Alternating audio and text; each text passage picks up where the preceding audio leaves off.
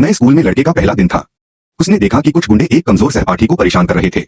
लेकिन जैसे ही गुंडों ने उसे देखा, वे तुरंत पीछे हट गए क्योंकि उन सबने एक अफवाह सुन रखी थी। कहा जाता था कि उस लड़के ने किसी की हत्या कर दी थी, इसीलिए उसे यहाँ ट्रांसफर होना पड़ा था। लड़का कक्षा में घुसा। जो सहपाठी शोर मचा रहे थे, वे उसे देखते ही चुप हो गए। कार्ल अपनी मेज पर सो रहा था, तभी किसी ने गलती से उसे छूकर जगा दिया।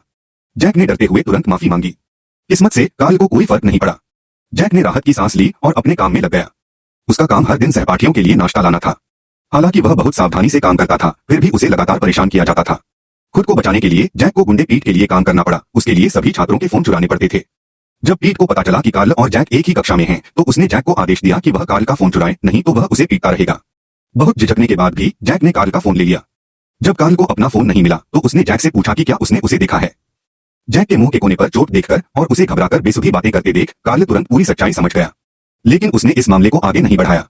वह किसी और मुसीबत में नहीं पड़ना चाहता था। जैक हर समय बेचैन रहने लगा। उसे डर था कि कार्ल उससे बदला लेगा, इसलिए उसने उसे पैसे लौटाने की पेशकश की और अचानक चेतावनी दी कि वह स्कूल में दूसरों से सावधान रहे। लेकिन कार्ल ने केवल इतना कहा, मुझे फोन के बारे में सब पता है। तूने जो किया वह नीचता थी। फिर वह स्कूल से चला गया। अगले दिन जैसे ही कार्ल सीढ़ियों से ऊपर जा रहा था, उसने पीट को जैक को परेशान करते देखा। उसने जैक की लाचार दयनीय आंखें देखी और पीट के साथियों की क्रूर मुस्कानें देखी तो उसके अंदर गुस्सा उबलने लगा। उसे वे दिन याद आ गए जब वह खुद परेशान किया जाता था। उसने एक बॉल पॉइंट पेन निकाला, फुर्ती से दो साथियों को नीचे गिराया, फिर आगे बढ़कर पीट को बेहोश कर दिया। लेकिन यह सब सिर्फ उसकी कल्पना थी। पीट बेधड़क उसका मजाक उड़ाता रहा। कार्ल ने केवल ठंडे स्वर में उसे जाने को कहा। उसकी दबंग आभा ने पीट को डरा दिया, जिसने अनिच्छा से उसके लिए रास्ता छोड़ दिया। जैक अपराध बोध से भर गया।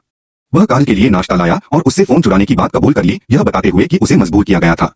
वह सच में सब कुछ बदलना चाहता था। कार्ल ने उसे न्यूटन का तीसरा नियम समझाया, क्रिया के बिना प्रतिक्रिया नहीं होती। जैक उन शब्दों के बारे में सोचता रहा। जब पीट ने उसे बुलाया तो उसने हैरानी